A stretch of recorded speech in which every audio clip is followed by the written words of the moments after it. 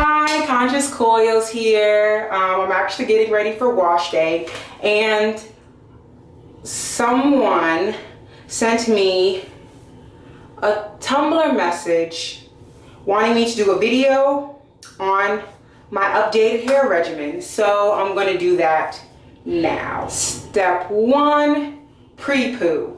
Now, to prepare for pre-pooing, I usually start off with sectioned hair. I'm realizing that I'm kind of doing small sections, so I'm going to start doing larger sections to pre-poo. In my previous pre-poo video, I was using this bottle, and it had a mixture of the Garnier Fructis hydrating conditioner. My roommate gave that to me, and so I started using it, even though I didn't really like the ingredients, but I threw that in here with some olive oil and yada yada yada. I actually thought I was done with this, but I still had it, so I'm going to be using that for this wash day. But once this is done, and I'll probably be done with this amount by the end of this wash day because I use a lot of pre-poo. I'm trying to do bigger sections like I said before. So after that, I want to move, because this pre-poo was really me graduating out of using ingredients in my products that I can't really spell. I'm becoming a big stickler for that, just because I think it's more natural and it's fun, and I'm a DIY kind of person. I like just creating stuff, DIY, do it yourself, yada yada yada. So once I'm done with this pre-poo, I will be using a mixture of castor oil, which I just got in a couple weeks ago. Because castor oil is kind of heavy, I'll be mixing that with almond oil, just because it's lighter, as you can see, as opposed to the castor oil. I can show that to you now. It's a bit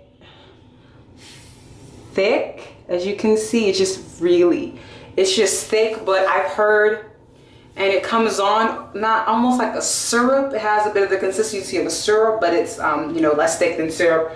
But I've heard that castor oil is really great for natural hair. I've heard so many things about it. I've heard that it's invigorating for the scalp. I've heard that it's good for controlling split ends. It has vitamin E in it. It has a lot of fatty oils that are really good for natural hair. So I decided to incorporate that in my regimen. So that's why I bought it. So I'll be mixing castor oil with almond oil, and I'll be adding a couple of drops of peppermint oil. And peppermint oil is also a new addition to my regimen. I have a very dry scalp, and so usually when I do hairstyles, I really do pay attention to my scalp. You always should, but I need extra attention. And the peppermint has really helped, and I've noticed a big difference. So once I'm done with this pre-poo, I'll be using the almond oil, castor oil mixed with peppermint oil pre-poo, and I'll be doing a video on that. Okay. So in the pre-poo phase,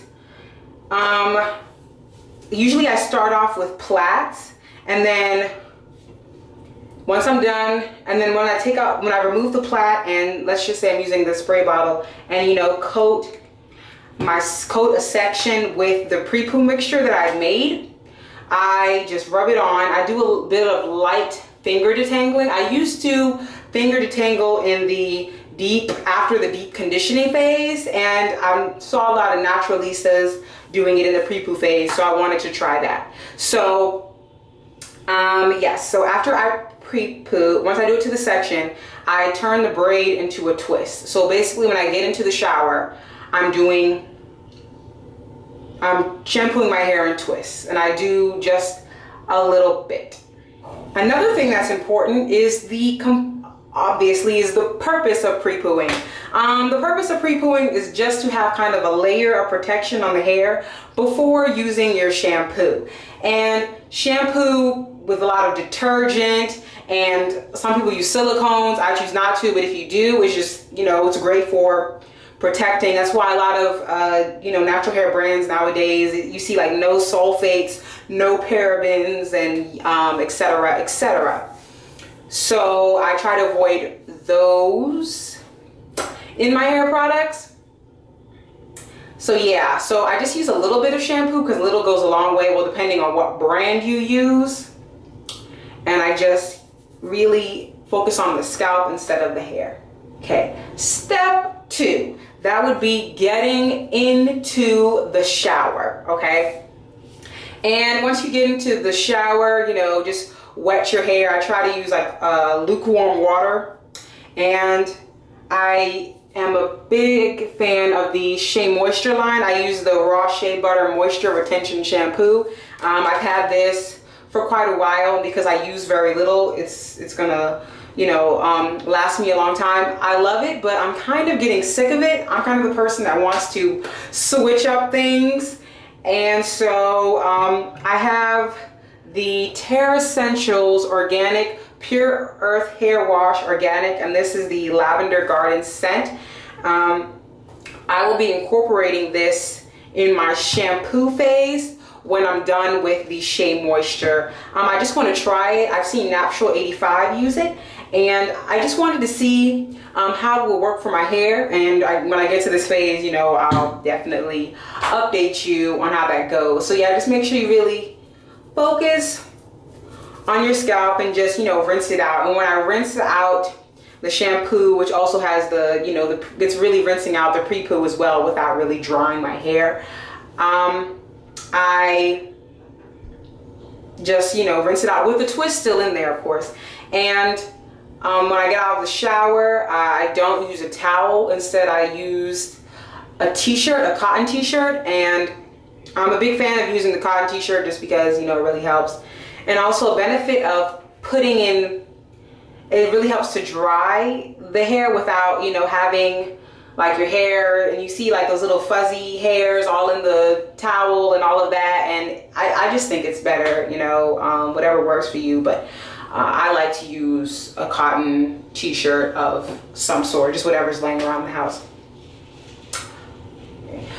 After the shampoo phase, I get out the shower and I have on my cotton t-shirt. I leave that on for maybe like, I would say maybe 15 minutes just to let the hair dry. I don't want it to be completely like bone dry, but I do want to get rid of some of that excess water, maybe just 15 minutes. That's something you can do for how long, but I don't really want my hair to be bone dry. And this is when I go into the deep conditioning phase. I have become a huge fan of coconut oil. And when I researched the benefits of coconut oil for natural hair, it always mentions that it's a wonderful, wonderful moisturizer for the hair. So what I do is ultimately, I already have the twists in my hair from when I shampooed them. I remove each twist one by one, and I coat that section with the coconut oil. And if I see that a section is a bit dry, I will spritz a little bit of water on there and then add the coconut oil. Just remember that with coconut oil, it's usually, when it is actually coconut oil, I ordered this recently, it's very like thick. I can't even, as you can see, I can barely even, poke my finger through there. It's because it just hardens, and in order to melt it, you have to I would just sit this whole thing in like warm water, and it'll liquefy then. I haven't used this coconut oil yet, but I was using the coconut oil that I had previously because I just bought this. So that's the pre-poo phase. This is the deep treatment phase. Getting a bit confused. So yes, and still in the deep conditioning phase, I often will switch up from the coconut oil. I try to vary from like week to week. Like 1 week I'll do coconut oil, and the next week I use the Aubrey Organics GPB conditioner. I love the way it smells. I actually got this in a curl kit that I ordered a while back. And I basically do the same thing I would do with the coconut oil. You know, I make sure that I coat each section with the product. And then after that, I just take a plastic bag or plastic cap and put it on my head. And I usually like to put a scarf on top of that, just so it, you know, really takes on the heat. And it's really good for when you're on the go to have a scarf. I love turbans. Some people don't. I love them, whatever. So that is the deep conditioning phase. And usually, I've heard some people talk about removing the deep conditioner with cold water as opposed to hot water, and I'm still researching that. I've mixed the two up, and I haven't really noticed the difference. That's just me.